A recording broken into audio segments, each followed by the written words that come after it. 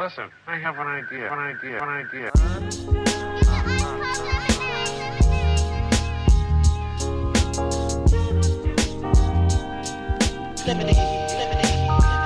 how I feel when you make lemonade. Whatever today has given you. 511 headaches, still call it Thanksgiving. True.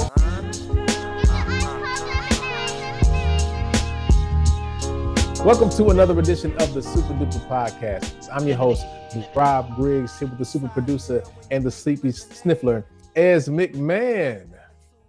Yes. What does that even mean? I Who don't know. knows? Inside jokes. Who knows? Inside jokes. What's happening? What's up, sir? Thank you for checking out the Super Duper podcast. We do not take your listens lightly.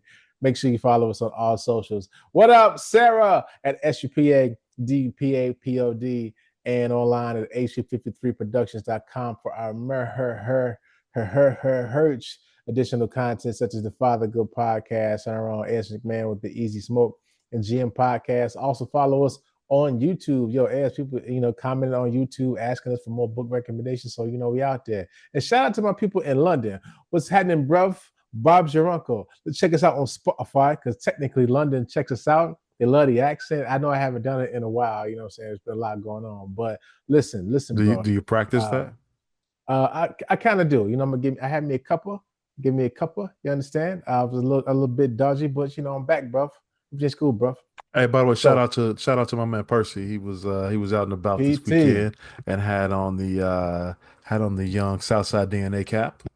My man, what up to my man PTA? Loyal listener, he always listen when he's running. So, and he always call me. He go, dude, you really said that? Yes, I did, man. So shout out to my man PT and all the everybody listen to the pod. Really appreciate you guys. So today we're gonna get right moving and groove. Wait, as you see Oklahoma City win tonight, they pretty much beat the brakes off of Minnesota, right? So it's like it might be OKC Indiana finals. I told you. But here's OKC is nice, man. Listen, people were sleeping on them. They won 68 games. No. I knew they were gonna make the finals. My concern was this. I feel like I'm cool with OKC. I'm looking about it from the NBA standpoint. They would love for New York to go to the finals so that they feel like more people watch it, like a true NBA fans like me, not like you, will watch OKC Indiana and enjoy it, right? It'd be a good finals for people. But the finals aren't ABC for the casual fans. Nobody knows Halliburton, but Indiana's cooking. I shouldn't be saying the Knicks aren't dead just yet, but they might be. But still, OKC looks like they slapped. They beat the brakes off of Minnesota, man.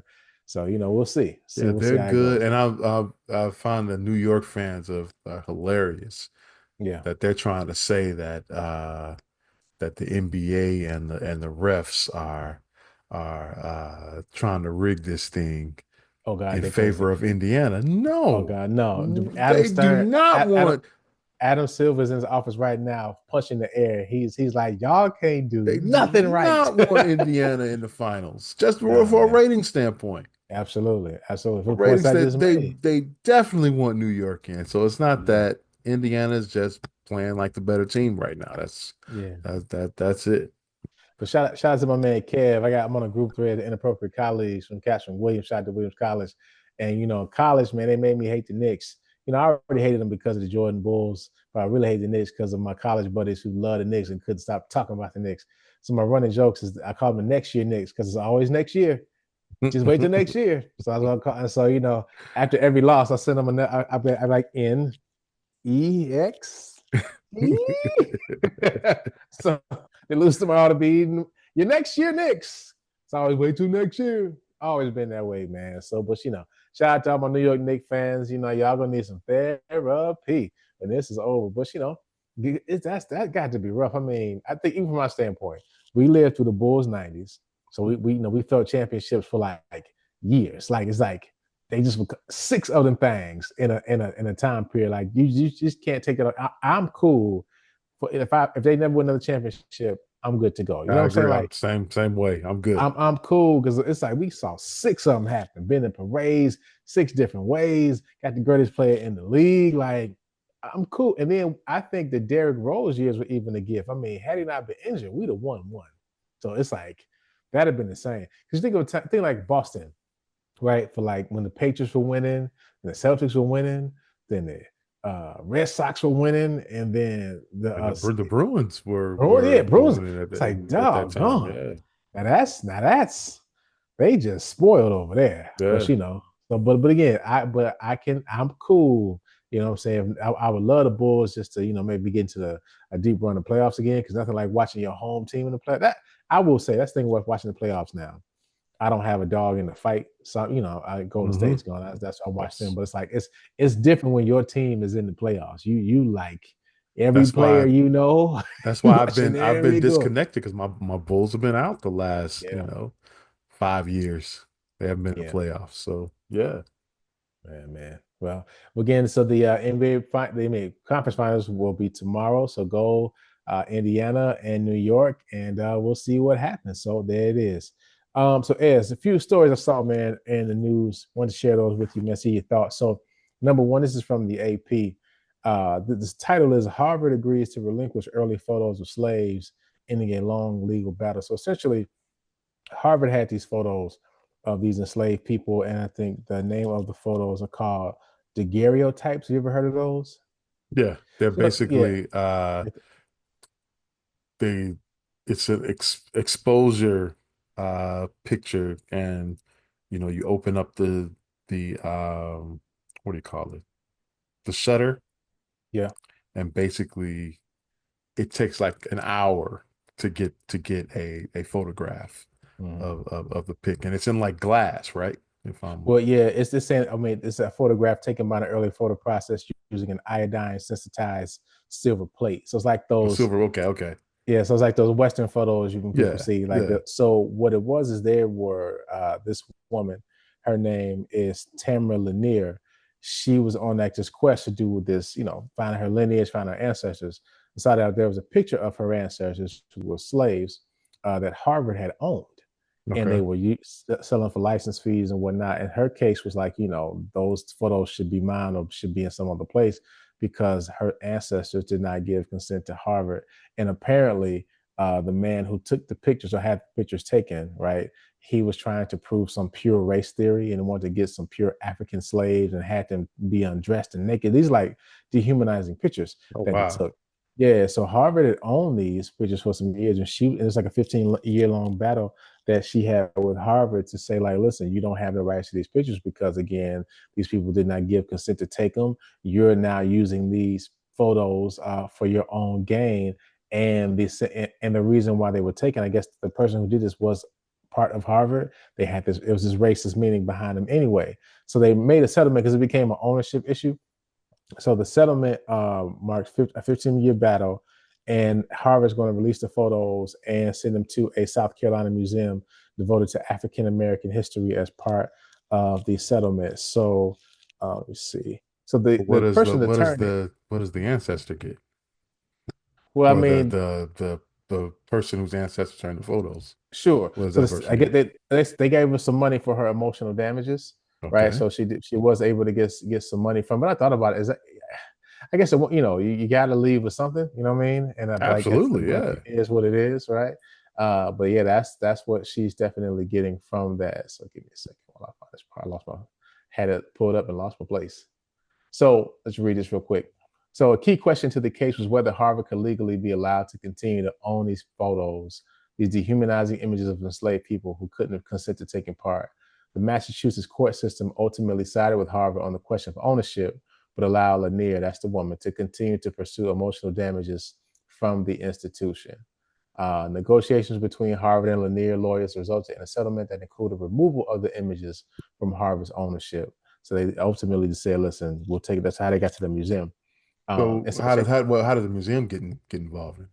because the thing is, the woman didn't want the photos like to have them in a house, right? She wanted to have them So up. this is her choice and where Exactly. she wants it to go. Exactly, I exactly. got you. Because the Okay. thing is, it was just Harvard was using it as per the story, right? Just for part of whatever, right? They have a exhibit or some other, and they get paid for, or people were getting the photos from them and licensing the photos, and Harvard was able to make some bread from it. She's like, I want it in this Black History Museum in South Carolina, and that's where I think it should be, in the place that it should go. So check this out. On Wednesday, Lanier stood holding a portrait of Papa Renti. That's one of the man that's in the picture, while arm in arm with Susanna Moore, who was the granddaughter of Harvard biologist Louis Agassiz, who commissioned the images on behalf of the university, and whose theories on racial difference were once used to support slavery in the U.S. Both great granddaughters, one of enslaved people and another of a man who exploited them, praised the resolution. So it's like these two women throughout history are now like making, resolving history and writing history, man. And I thought it was cool that this woman, this was a 15-year fight. At any point, anybody would have given up and been like, you know what, whatever, I'm saying? Nobody knows, move along. But she really fought for her family and her family's legacy, man. And I was thinking about that, like, that's how legacies live on, and that's how things are important. Like, I know so many, like a lot of stories about my parents. I talk about them being sharecroppers and whatnot. They just told us stories over and over and over again. You know what I'm saying? And it's like to the point now when they tell them now, I know how it's going to end, but I like to hear their perspective. Like, it's funny. I won't tell the whole story. My mother told us a story we've heard a million times, but she gave us a different perspective. We were like, hold on, we never knew that part. We never knew that. We never gave us that wrinkle. But it's like it's etched in memory of what that is, man. And I hope that's something we don't forget to do, because I even think about it myself. Like, I wonder how much am I sharing my family or our family history with my kids, right? That's why I took them to Tennessee last year, so they could see, like, yeah, this is where Papa's from. Because they were like, wait, because they, in their mind, he always been an old man. Right. Like, right. he was never a kid, you know what I'm saying? It was like, nah, Papa lived here, went to school there, you know what I'm saying? Went to church there, right? He came to Chicago, and they're like, time out. He was young, you know. But I think that's all. But you think about it, like we talk about, on this pod, we talk about Black history a lot. That's why we had Dr. Williams on. Shout out to him, because I think, as he always says, the story bears repeating. Like, our familiar history is important, because coming over in these ships, stuff got lost in translation, families broken apart, new lines are broken, people change, they just changed their names to try to start a new life, you know what I'm saying? So they wouldn't get caught by the last name, or didn't want the slave name, and started moving it along. Like, even I've told this on plenty of times, I think my last name might not be Griggs for real. Like, my grandpa his mother married Griggs and gave him his name, you know what I'm saying? So it's like, you think about your family history. Wait, say that again. We never talked about that. Yeah, No. yeah. So that the story is, I hope I sounded wrong, too much of business, but my grandfather's mother, my paternal grandfather, his mother, Okay. right? I guess she married another man, and now, like, so say for today now, if somebody has a kid, she gets married, she takes on her husband's name, but the kid will keep whoever his father's was, keep his name. Right. In this case, my grandfather took on his stepfather's name, which was Griggs. Okay. Yeah, and that became our line. So, like, a lot of times I'll meet another Griggs, But you and may they'll not go, be I'm not. I not have the already blood. know. Yeah. They'll say, if you in Chicago and you're a Griggs, like, y'all from St. Louis. I already know y'all the Griggs from St. Louis. We're not y'all family. We from Tennessee. You know what I'm saying? I could, without fail, it happens every time, because I've met a few Griggses, and they're like, "Are you related to?" Nope. I can tell you right now, don't know him at all. So it was this one guy. His name is Eric Griggs. He's a pretty big deal in the city, and we met. He was like, "You're the Griggs people keep asking me about." And I was like, "Yeah, that's me, doc. You know what I mean? Pleasure to meet you, cuz. Throw me a job. You balling out here, man. You know what I'm saying?" I was young and dumb when I said that. But no, he was a really cool dude, man. But yeah, but it's like stuff like that. So when you get a chance to know your history, like we talked about that when we talked about the people, what did we talk about that stuff? Oh, when it was the 40 acres and a lie, right? 40 acres, the people were really promised 40 acres and a mule, and those promissory notes were signed. And it's like their descendants were trying to get back the some kind of reparations or rights to the land, because now it's worth millions and millions of dollars, and it was like given to their ancestors. You know what I'm saying? It's like, this stuff is wild, man. I think if you feel like it's stuff that you just hear about, or stuff that sounds like it doesn't happen to you, but it could. And here it is. This woman made it happen, fought the good fight, and now her family's lineage will be told in a way that she feels comfortable with. Because the pictures are what they are, right? They were taking pictures of slaves, but that's a powerful thing to say. People try to, especially now in this with this administration and the climate that we're in, right? People are down playing race and slavery, right? And the real history of stuff. So like having an image of this, like now people was really being commissioned to take photos to make some, dehumanizing and some racist commentary about people, right? And here these enslaved folks just trying to figure out what is up from down, So that was a real cool story. So it's on the Associated Press, story by Leah Willingham. If you guys want to check it out some more. Oh, as I forgot to say this at the beginning, man, we talked about this at family night because we were talking about the Target boycott. Shout out to Pastor Jamal Bryan and my own Pastor Charlie, everybody being supportive of that. Because my sister asked, "Is it really working?" So I went to Perplexity and got these few comments. So it says Target has experienced significant financial impacts, right? So the Target reported 3.8% drop in sales recently and has lowered its earnings targets for the year. Now, you hit a number 3.8%, but if somebody's making $100 million, right, and they lose 3% of that, they've lost $3 or $4 million. That's not nothing to sneeze at, depending on how you look at it, right?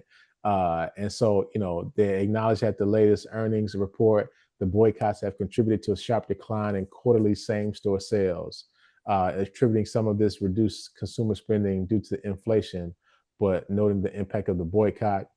In-store visits have declined for consecutive weeks. Foot traffic dropped by up to 8.1% during key weeks, with a 7.9% year-over-year decline. Not good. Target stock price has fallen, opening at $94 on April 14th, is down from a high of $142 at the end of January. I was like, whoa, that's crazy. They're screaming right now. Target CEO has admitted to mistakes and met with community leaders such as Al Sharpton and Pastor Jamal Bryant to discuss ways to address the backlash and potentially reverse course on DEI policies. I think my pastor was talking about on Sunday how they were trying to get Target to open Target stores on HBCU campuses, and start a fund for entrepreneurs. So people coming out of college we'll talk about this later in the show. People coming out of college can work on being entrepreneurs, like in the right way, not just, having a Twitch or stream. Even though I must say, sidebar, I haven't done a sidebar in a while. Yeah, have you been noticing? You don't watch the internet, but it's a lot of these young guys that have these live streams like Casanat, Duke, Dennis, all these cats. They making a bunch of money. They just on the Twitch screen, just own it all day, talking about nothing, talking about everything. And I mean, got paper, got influence. So shout out to them. Shout out to them for sure, man. But yeah, that's some of the stuff they're talking about with Target. So the boycott is working. If you support the boycott, like I do, then you should, it's working. Yeah. And I think and we talk about it. We joked about it as like, some of those old boycotts you get to say, don't buy gas on Wednesday, and people buy gas on Tuesday or Thursday. It's like they got their money, dog. For a boycott to work, it has to be targeted. You know what I'm saying? It has to be like, you got to be willing to give it up, you know what I'm saying? And do it for a while. That's why the bus boycott was so powerful. It took over a year. And people, they carpooled, they walked. We ain't taking this bus until it was like, okay, we're going to break the segregation here. You know what I'm saying? So like, that's how a boycott and a protest, this is how it works. It's not just we not shopping for a day. I think that sounds cool, you know what I'm saying? And I don't knock it when people, whenever there's an opportunity for people to unify, I just keep my mouth shut. All right, we doing something together. But this is how it works. You know what I'm saying? This is how it goes. Like, I feel like a real gas boycott, we're not going to this gas station. Like this company ain't going. We'll go everybody else but this one. And then stuff will happen. So shout out to everybody who organized the boycott. Have you been to Target in a while, man? Yeah, I got a confession to make. Oh, come on. I've made one visit. It was actually over the weekend. It was the only store around. So I walked in, but let me tell you though, man, the parking lot. So I went to two stores, right? Yeah. I first went to Costco. Uh-huh. Costco, and it was an hour before closing. Costco was packed, man. Parking lot full, right? Then Target. went to Target. Walk right to the front. It's like, Man, hey, there was hey, we nobody gonna get there, you, sir. man. Parking lot was empty. Want some free lotion? Man, the store, the aisles were empty. I went in, I got my two items I had to get real quick, and yeah, it was fast. So yeah, people are adhering to that to this boycott. Except for you. So shout out to Yeah. everybody. No, no, Hey, no. I'm best. I'm best. I spent $15, man. That's it. I'm messing with you, That's man. all it No, no, was. but the thing is, that's when it's working because to your point, you can never go in Target like that. Like No, before the no. boycott, it's just And I walk in this Target was and a be this like, was a nah, I'm cool. this was a super target. Oh yeah, I mean the Target over Yeah, here in Crestwood, man, it used to be just full of people. Now yeah. nobody's in there. And I think that also goes to people who are not. The boycott's not just black people. I think people who like kind of agree with this DEI rollback. And just so people know, because you got some dissenters out there, people just being contrarian just because. Like it's a couple things. Minneapolis is headquartered. The Target is headquartered in Minneapolis, where the same murder of George Floyd happened. Shout out to our episode last week. Check it out if we talked about the 5-year anniversary with Dr. Williams.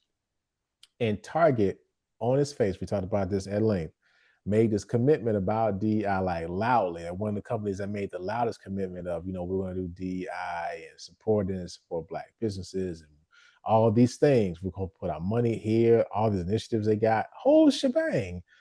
Just to then when Trump gets in office, yeah, we cool, we out. Right? It's like, whoa. So did it mean anything to you? So it's like, this is an example of what can happen to any company and why this is important. You know what I'm My saying? So my yeah, question is, all right, so Costco has been one that they've still, yeah. they've maintained their DEI programs and all that. They seem to be doing fine, right? Yeah, yeah. What's Target afraid of? What's going to happen if they roll it back? What what is what is Trump's government going to do to them?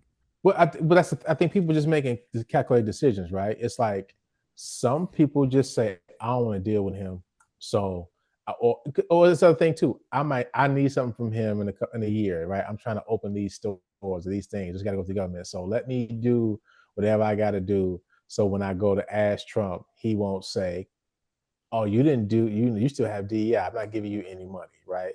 And I think that's what it came down to, versus it being like stand on your principles, I right? would This is what you said you was I going to would do. I I would mean, think you stand on your principle and just wait it out. because he's not going to be president forever. You know Right, what I'm right. saying? I'm with you. Because I feel like the people who are supporting you, who the folk you should be thinking about versus the presidency, because even they look like Meta, Amazon. Because I don't know if you noticed, my package has been a little slower from Amazon. You know what I'm saying? They ain't giving that Mine, same yeah, quality mine as well. service. Absolutely. You know what I mean? Yeah. But I heard that's just because they get something happened with them at UPS.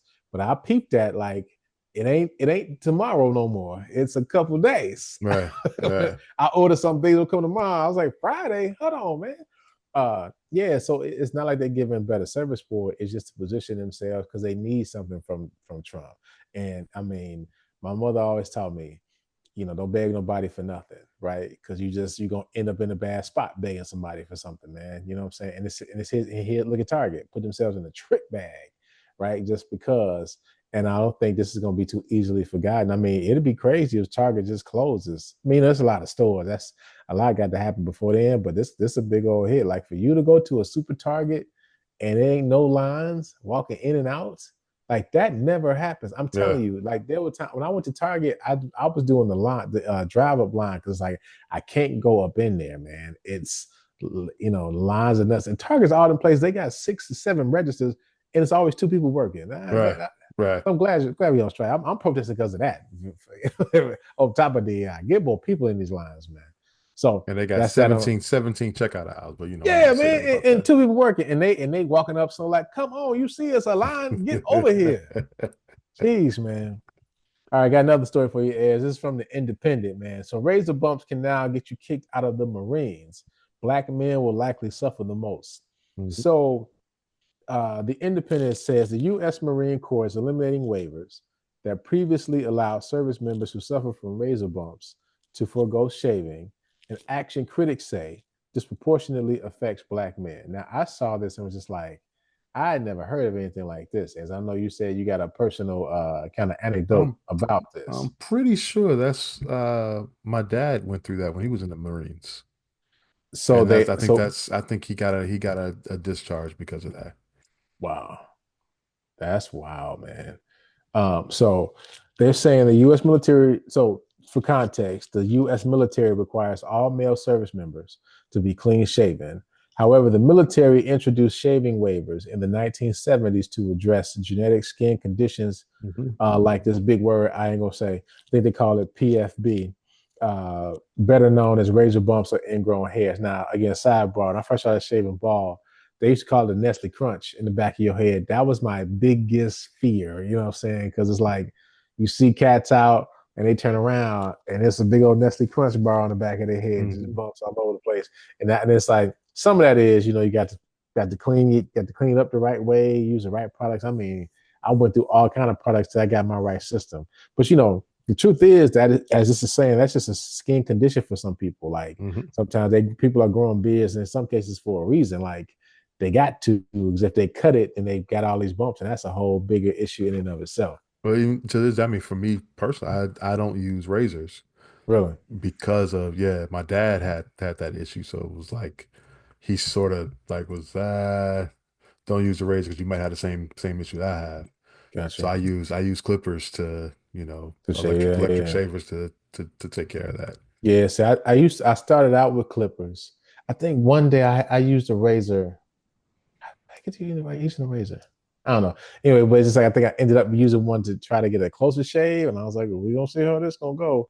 I use Hmm. a combo, so it's like I may shave the back with clippers, then go over with a razor, but then clean it, A&D ointment. It's a whole system. You know what I'm saying Yeah. before I shave my head, man. So man, shout out to all. Being bald is more maintenance than having hair. That's just the Oh, truth, I know it man. is. Good God, you know what I'm saying? So back to the story. Black service members represent roughly 15% of active duty force, yet they account for 66% of those holding these shaving waivers. Critics of this guidance, including an active military dermatologist, agreed. The person's anonymous said this has nothing to do with readiness.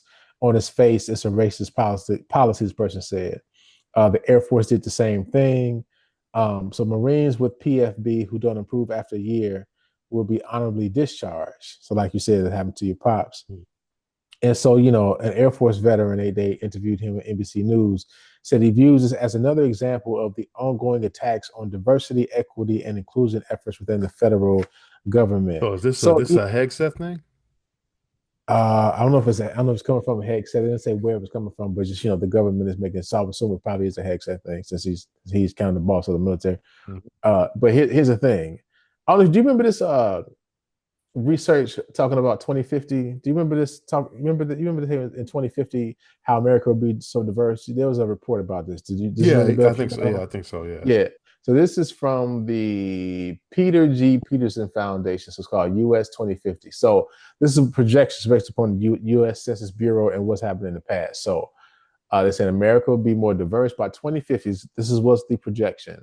The Census Bureau projects the number of non-Hispanic whites will be falling. The number of African Americans will have grown by roughly 30%. The number of Hispanics by 60%. And the number of Asian Americans will have more than doubled. Hmm. Immigrants and their children account for 26% of the US population today. By 2050, that'll be 34%, Pew projects. That, of course, depends. Now, this is in 2023, as that, of course, depends on what happens to US immigration policy between now and then. Without continued immigration, the US population will barely be growing at all in 2050, as the number of births roughly equals the number of deaths. So now, I feel like maybe somebody saw this report and said, nah, this can't happen. You know what I mean? Because if That you makes sense. it makes all the sense when you listen to all of these, right? You It's shut like a down conspiracy. immigration, and remember Elon Musk was talking about increasing the birth rate. Remember that? Exactly. Right, Yeah. right. And then so the immigration part, and then stuff like this, like all this, because I'm sure some people looking at that and it's like, we're going to be erased, right? And so that's why you got a stupid rule like this. Oh yeah, y'all can't be in the military. We won't even allow y'all into certain rooms. Like they got rid of the woman who's head of the library, right? The National Library is like because she's giving out books. Like, bruh, she ain't. you don't check out books with her. You know what I'm saying? Like, what are you talking about? But it's like, so all this stuff ain't by surprise, right? So we say this all the time. Listen to the SDP. Also check out other news sources, right? And pay attention to these things. So when you out here voting and people saying stupid stuff, you got something to back it up with, or you know where you stand. And in 2 years, when we trying to tell you to vote and get up out here and vote, it's because these little small things add up. Like, you got to give Republicans. We say this all the time. I heard somebody say this too, and I was like, we said this on the SDP a long time ago. Got to give Republicans credit. They played a long game. You know what I'm saying? They see it for what it is. When we out here like, no, this is horrible. No, they doing things bit by bit. So all this stuff adds up. All stuff makes sense. Please pay attention, right? Please pay attention, because this stuff ain't nothing. You know, I told y'all about sirens, right? And innovation, they teach you, look out for sirens. Little stories that like, that's odd. And then all of a sudden in 20 years, that's the norm, right? You know, you hear about these cleaning robots. In 20 years, it'll be iRobots. So, you know, these stories are not nothing, right? And this is a big deal. These service people got an issue, a skin issue. The waivers were good.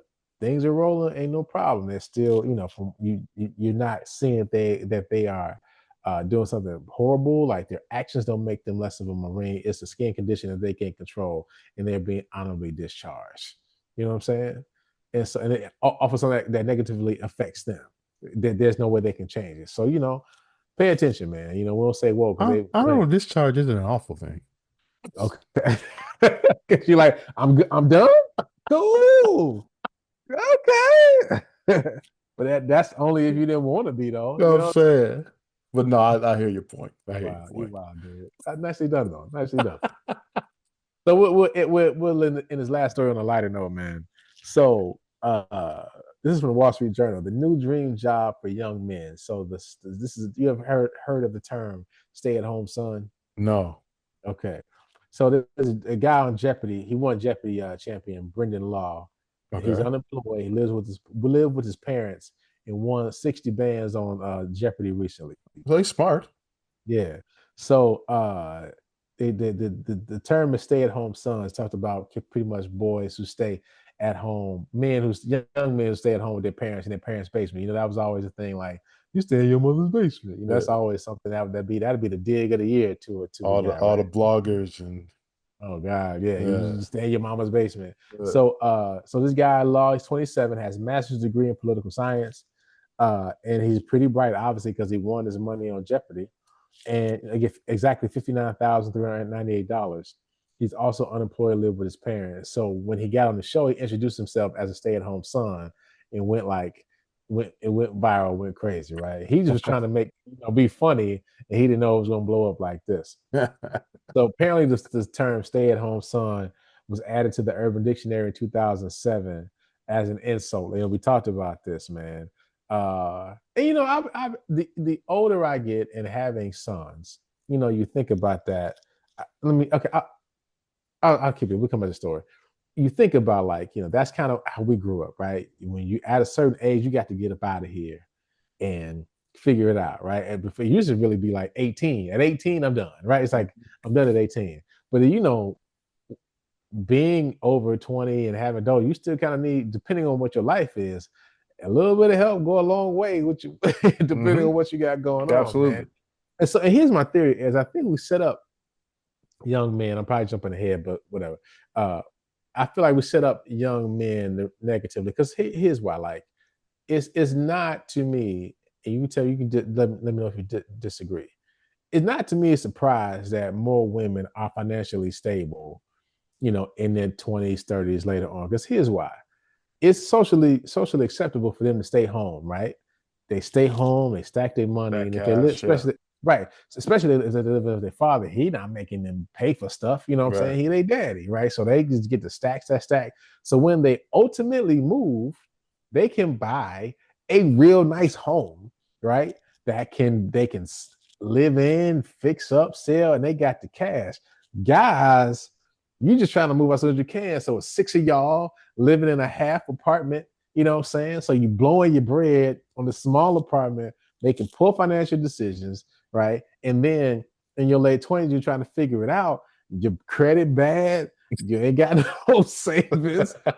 You got poor habits, Yeah, right? And so you meet a woman, y'all the same age. She looking at you crazy, but she had a nice that's real. launching pad out to the Yeah, world. I mean, would you yeah. agree? Absolutely, 100%. And so I'm wondering, is it if and I feel like there should be rules to it, right? If you just at the crib and you ain't doing nothing, that's one thing. But I mean, this young man, you gotta be doing you gotta do something. You know what I'm something. saying? Yeah. Yeah. And also I think something for your parents. I feel like if you're staying at home with your parents, you should be paying a bill. They shouldn't have to ask about nothing being clean. You know what I'm saying? Like yard work, housework, that's just you just do it. You know what I'm saying? You taking care of the stuff at the house, the cable, you fixing all the Wi-Fi codes, like you know everything. They happy to have you around. You know what I'm saying? That's what it should be. But I've had that theory for a while, but I've never said it out loud. I think that's totally true. No, and I was lucky with that. They allowed when I came back home Yeah. after school and after a little over a year working away, I came back home and it was their idea. Hey, stay here, stack some cash, and then get you can have the money to buy your own place. Now you gotta stack cash. You can't just be blowing all your paychecks every week, every Yeah. other week. So and it worked out. We were able Yeah. to get a place and yeah, Same it here. all worked out. So yeah, I think that's a huge benefit. Yeah. But I think it's because of societal reasons it gets frowned upon Yeah. for young men to do that. Because trust me, it don't help your game when you're 25. You're like, Not at yeah, all. baby. You like, hey, where you live? With my parents, but it's cool. What? You live with Well, your parents? You live with your mama. that was the motivation though. on motivation. Oh, it was on. Listen, most things we do is for women. Okay, let's not get it That was twisted. the But yeah, motivation to say, hey, I it's can't go out tonight. Or if we do, I can't spend more. I got to stay on this budget here. I probably shouldn't tell a story in the pod, so delete it if you need to. But I never forget. What made me be like, it was this one woman. She was gorgeous, and we were out late, and it was like, I ain't got nowhere to go. It was like, I need a house. I got to get a house. That's called Ridiculous. motivation.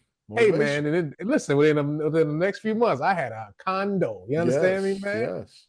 So, but no, that's real though. But I feel like maybe there's something we should do where it's not so frowned upon. Because that's a real. I mean, I can think of a few of them right now that I know personally. They were able to stack some bread, stay at home. You know what I'm saying? And just when they made their leap, they have. And so even now in their 40s, they're doing well because the property they bought, right? They still live in it and do some stuff to it, or sold it, make some Hmm. money off of it, and they up. And again, a lot of guys are just trying to, again, maybe you got a condo, especially back then. They was giving mortgage to anybody. Right, So it's like, right, if you didn't pay it, now you got foreclosure on your record. You got to figure this out. You hope you can make me the woman that's like, right. is your stuff together? Because I'm not. So I need your help. And then and now she didn't help you out. You know what I mean? Yeah, it's like because if you stayed home 3 more years, or even 2 more years than you did, you would have been in a better financial decision. The only reason we had to get a crib was so we can host. You Yes, understand? And it's like, yes. no other reason. That's so stupid. You think about it, dog. It's so stupid, man. Dumb. Like Uh, that's the only reason he was like, yeah, I I got a gotta crib. go. I got to You go. know, even though when she come over, she can't touch a certain light. Y'all hanging, somebody banging on the window because. But guess what? I got my own place. Hey, man, that's what they got hotels for. But seriously, am I Uh, lying? Am I lying? Man, no, come on, no, bro. no. So I've had that here for a while. That'd been bothering me, dog. It's like, bro, we are just killing these young men. Like, yeah, now you got to get your crib for what? Have a janky house? You got your house leaking? No, man. Save your money. That's right. Get your nice house later on, bro. But that's kind of what this young guy was saying. Like, let me see. I missed one point. Oh, so the graduation season is like. So back to the story. The graduation season is likely to produce a whole lot of stay-at-home sons. The overall unemployment rate is 4.2%. but 8.2% of 20 to 24-year-olds are jobless. Like, that's crazy. Like again, now I think that's also a struggle that, all jokes aside, when we were young, we were in 20s, it was just where you found a job, right? You could find a job. It's just, was it gonna make you the money that you needed, to host properly? Again, everything. Not, Can you not at take out the first. girls? That in the first, I think my first job, I was making $27,000, and I was out of the club as with 27 bands. Oh God, I thank you. I was making like 19, my first job. Bruh. Yeah. It was at work on Yeah. time every And day, late. wait. And if I told people where I worked, they'd be like, "Oh my God, what a job, what an opportunity." I wasn't No, getting paid nothing. nah. Nothing. Listen, I worked at an ad agency, my first gig. And I mean, the thing about working at an ad agency, you don't get no money, but you get a lot of experiences. So it's like, people trying to, I was a media planner. Some people were trying to get us to buy space in the media property. This is when magazines were popping. So, they taking you out to lunch, taking you out to the, I was living all right, what I'm saying? I could keep my money in my pocket, getting a breakfast into the office. They taking you to games, getting you massages, concerts. Man, I miss that life. Because it's like, I was like, okay, I worked for, I don't want to say the client, but like it was a liquor company, a beer company, and they had a little party. First day at the job, they was like, yeah, we got this party over here. I was like, this is work? Okay. I could do this, but I didn't realize we were all at work until 8 o'clock at night every night, partying, but you got to do what you got to do. But this young man is saying, he lives with his folks, everybody's been unemployed.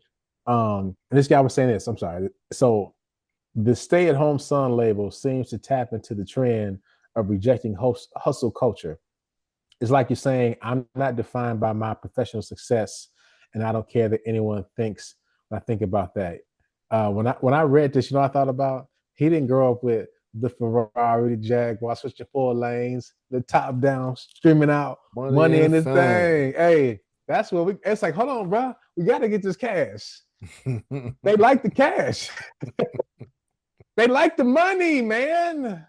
Tell you, dude. Stop being a young man, dog. There people don't really understand. You finally made out the condo, and I got to buy a big old wedding ring, spend all your bread. You just doing all you can, man, just to make it. But this guy was saying, his career doesn't really define me.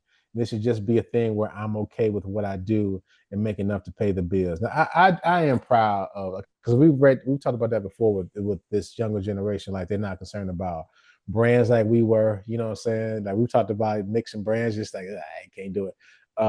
Or just like this hustle culture. That's kind of how you and I grew up. Yeah? It's just like, it was about, you know, getting out a certain way, tripping, going on vacations, a certain, what I'm saying, experiences you could show you people. Social media to make it no better, right? Because now you're looking at people and what they doing, like, you trying to get that way. How much money can you make? How much money can you spend? Stack, like, that's the name of the game. It seems like these people, because you think about the world they grew up in, a pandemic, these the economy being a little rough, jobless, so they had to reposition kind of what mattered to them, and then thankfully their parents are in the position. Like, my folks always, my mom and dad always tell me, they tried to help my sisters and I as much as they can with our kids, even if we don't need it, they just do whatever. Because when they moved up from Mississippi and Tennessee, like, literally their parents couldn't help them. The best they could do was, like, while they were in their respective homes, was try to feed them, protect them, and just give them enough game that when they left, they could be safe. You know what I'm saying? Like, teach them how to pray and lean back. And my parents were sending money home, right? Just like their people couldn't see, and it wasn't like they were sending money home, like, I'm sure, we give our parents gifts or something. It's like, no, I'm sending it because y'all need it. You know what I'm saying? My mother, so the quick story is, my parents will be married 60 years in a couple of weeks, man, which is wild. Thank God for that. But, like, the story is, my dad was trying to propose to my mother, couldn't find her. So, ain't no cell phones. He going by the house that she was staying in. But what happened is, my mother went home to visit, and my grandmother was pregnant again. She had 13 kids, all in total. And it was like, my mother stayed to help out. And every little money she took down there just to travel, she gave to her parents. and stayed down there to work. And then until she kept working up to come back to Chicago. Shout out to my dad for persevering because he was like, I'm gonna try it one more time. And she was at home and he got Rob Griggs here. So man, yeah, that's it's crazy, wild. right? Yeah. And so but that's the thing, man. Like, so they didn't have it. And I So, think I'm go sorry. ahead. What was he Yeah. thinking? Well, see, he didn't, again, patient brother, he didn't know because again, and he was writing it. Here's the thing, he was writing the letters. She wasn't writing Oh, back. she I was wasn't like, right. dang, Yeah. mama. No, but I guess on some of it too, I What think, go ahead. was he writing her at the Chicago address? Yeah. Because Oh, we didn't know he didn't where know she where she was. was. Yeah. Yeah. And so when it was just like, I think it was, Oh, or was he writing Miss? I don't know. No. I think he was writing, I think he knew she went to Mississippi, but she's supposed to be back. And that's what it was. oh, But it so was she like, okay, she wasn't okay. coming back. He was trying to check the seas, and he's writing, and it's like she Right. ain't writing back. But I think also my mother was saying that she just was like, she not embarrassed. My mother doesn't really get embarrassed. But it's like, it's just like, I got a lot going on. I'm trying to figure this out, and I know you. And so, but yeah, she said he came back. My pops came around, and That's a heck of a story, voila, man. yeah, man, that could be a Netflix movie, man. It's Man. wild, Yeah, definitely wild. really. There's a Yeah, script in there. and they've been married 60 years, man, for sure. Because So I would have been like, oh man, she done found yeah, somebody else. or see, I just would have been like, oh, do you know who I am? I ain't sweating you. That'd be me. I already know. I already know. Like, Oh so man, this is messed up. Yeah. So but again, but I think that's a conversation about technology, right? It's like he had to be hopeful because he could fit in his mind. Probably think anything could have happened. He didn't think negatively, right? He's like, well, anything can happen. I'll keep trying.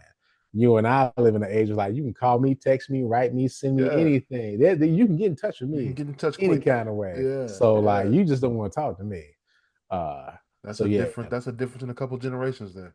hey, dude, it's crazy, man. Yeah. But all that to say, like, so when they had kids, right? Their biggest thing is if they and again, I salute my folks because they got a year of college between them, and they make this life for themselves. Like they got kids who've been to college. We got extra degrees. You know what I'm saying?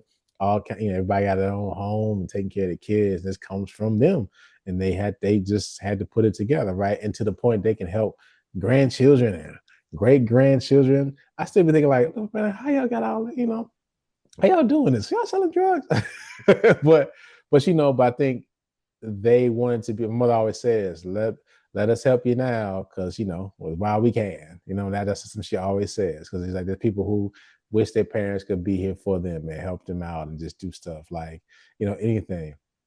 And I think these stay-at-home sons, these stay-at-home people, it's just like their parents in a position, okay, we can help you out. Like I've even said this, and I told you, everybody knows my son Chase is a singer and he wants to be an actor. And if he says to me at 18, Dad, I want to do this, I don't want to go to school, I will say, okay, but this is what we doing. Like 8 hours a day, you are writing or singing, you know what I'm saying, making beats. You're going to talent shows, you're going to open mic nights, you're going to auditions, you know what I'm saying? That's like, if that's what you want to do, but God willing, I can make the life for him, for that to happen, right? I think again, you and I are in a different place where again, our parents were doing well, but we couldn't live off our folks, right? It's like, hey, you can now you work wherever you want to, you know what I'm saying? But you gotta go to work somewhere. Right. You got to get you quote unquote good jobs. I think every generation, especially for Black people, this is new for us in terms of like generational wealth and what we're trying to build. So we just building and moving along. So I feel like we shouldn't be too hard on ourselves. But definitely there's some ways we can rethink about it. Maybe it's not so bad to be a stay-at-home son if you're doing something well. Because when you start, because trust me, it's cool having your own crib. It's cool having your own room. You can host, but ain't nothing like when you got a dope crib and you really hosting. That's when you're winning.